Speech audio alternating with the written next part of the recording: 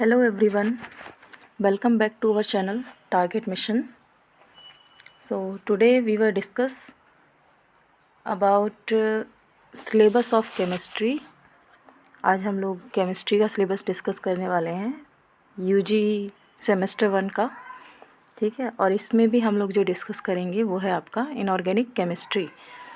Inorganic chemistry का हम लोग फर्स्ट यूनिट डिस्कस करेंगे आज, विच इज़ एटॉमिक स्ट्रक्चर, ठीक है। तो बने रहिएगा वीडियो के एंड तक। और इस वीडियो को अगर आप लोग अच्छे से समझ लेते हैं सिलेबस को, तो आपको कहीं और से भी सिलेबस को समझने की नीड नहीं पड़ेगी, ठीक है। सो सबसे पहले हम लोग यूनिट 1 डिस्कस कर लेते हैं, atomic structure. So atomic structure में जो सबसे पहली चीज़ है वो है आपकी Bohr's theory and its limitations. Bohr theory क्या है? बोहर थ्योरी आपको बताता है कि किसी भी एटम का स्ट्रक्चर कैसा होता है, ठीक है। इससे पहले भी काफ़ी सारी थ्योरीज़ आ चुकी हैं, जैसे कि आपका थॉमसन का थ्योरी एंड रदरफोर्ड, और उसके बाद आपका बोहर का थ्योरी आता है।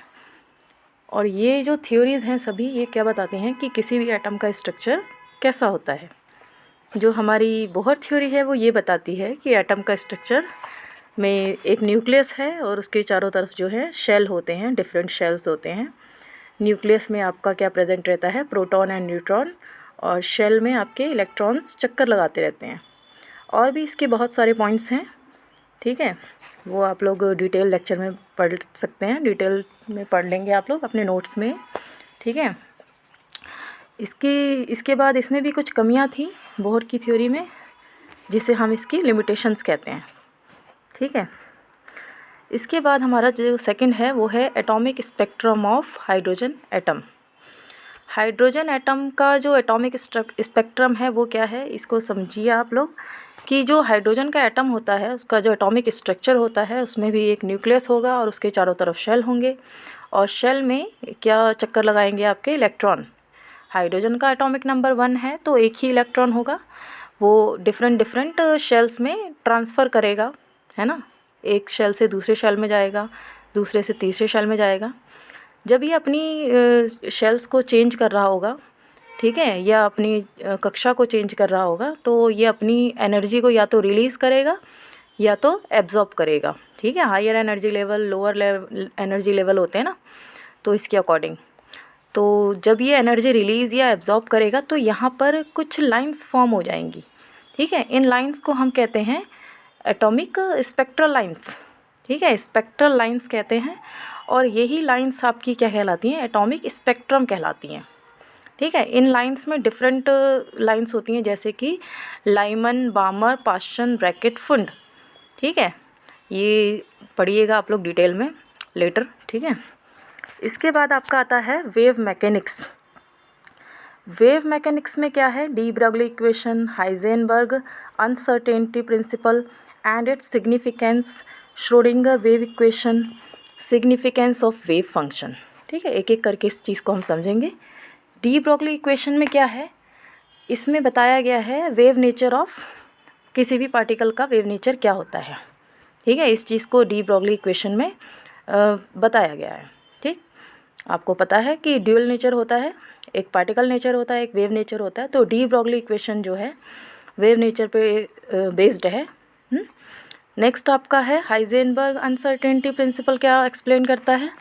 ये एक्सप्लेन करता है कि कोई भी जो इलेक्ट्रॉन होता है या फिर माइक्रोस्कोपिक पार्टिकल होता है, उसका हम पोजीशन और उसका मोमेंटम या फिर वेलोसिटी कह सकते हैं, दोनों को हम एक साथ साइमल्टेनियसली एग्जैक्टली डिटरमाइन नहीं कर सकते हैं। ये आपका हाइजेनबर्ग अनसर्टेनिटी प्रिंसिपल बताता है, ठीक है। और इसमें इसका जो सिग्निफिकेंस है वो यही है कि भाई इलेक्ट्रॉन के बारे में हमें जानकारी मिलती है इससे, ठीक है, या फिर इसकी पोजीशन या मोमेंटम के बारे में हमें इंफॉर्मेशन मिलती है हाइजेनबर्ग के थ्रू, ठीक है, प्रिंसिपल के थ्रू। नेक्स्ट आपका है Schrodinger wave equation. Schrodinger wave equation क्या बताता है हमें?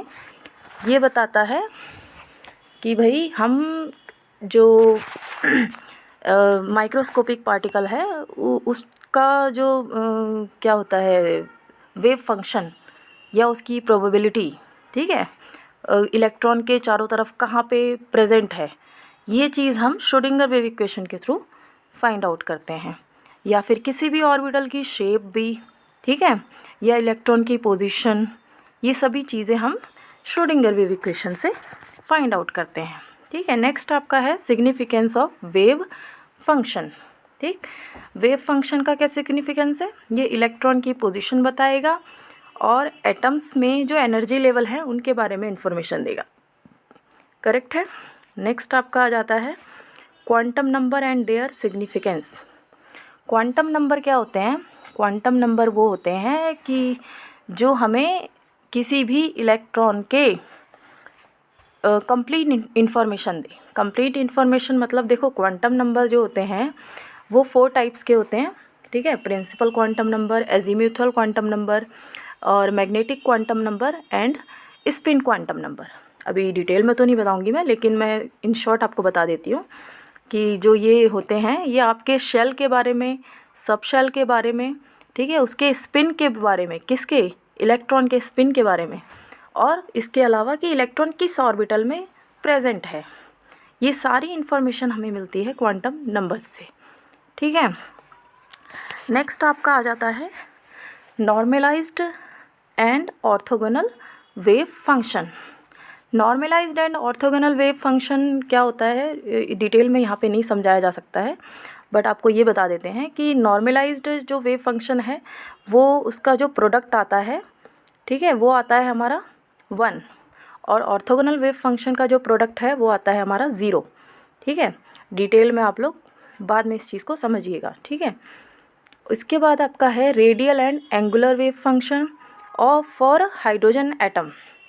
तो इस चीज़ को समझिए आप कि हाइड्रोजन एटम का जो पोजीशन है किसी भी उसमें, हाइड्रोजन एटम में जो इलेक्ट्रॉन है उसकी जो पोजीशन है वो कैसी है, रेडियल है, रेडियली अरेंज है, या फिर वो एंगुलर अरेंज्ड है उस पर्टिकुलर एटम में, ये इन्फॉर्मेशन हमें इसके थ्रू मिलती है। ठीक है, और इसी के बेसिस पे क्या बनते हैं, हमारे कर्व बनते हैं कि भाई रेडियली बन रहा है या फिर एंगुलर बन रहा है। ठीक है, नेक्स्ट हमारा है शेप्स ऑफ SPDF।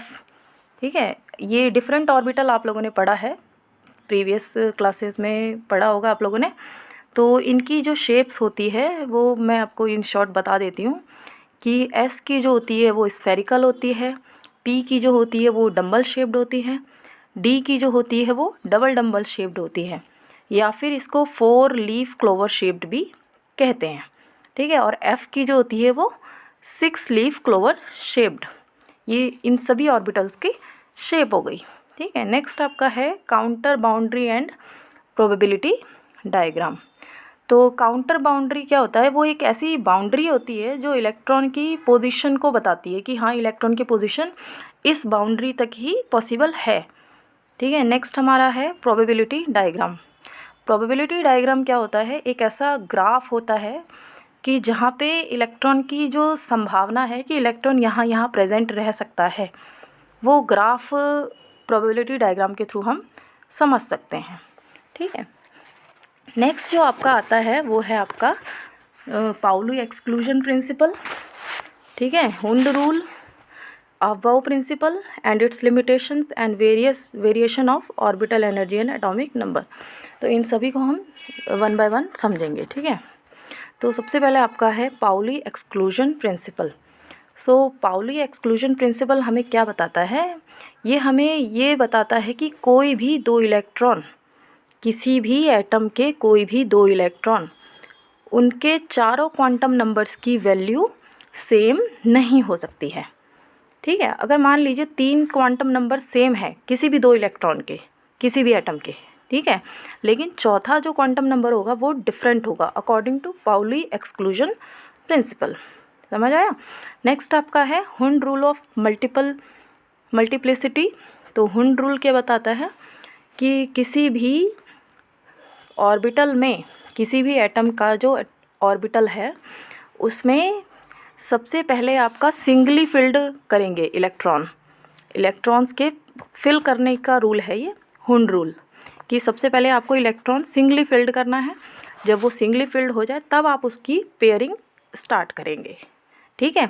तब तक आपको पेयरिंग नहीं करनी है जब तक कि आप उसको सिंगली फिल्ड ना कर लें, ठीक है, हुंड रूल के अकॉर्डिंग। नेक्स्ट आपका है Aufbau principle and its limitation. Aufbau principle ये बताता है कि जो सबशेल अरेंज्ड होते हैं, सबशेल मतलब 1s2 2s2 2p 3s 3p, ये सब सबशेल होते हैं, ठीक है।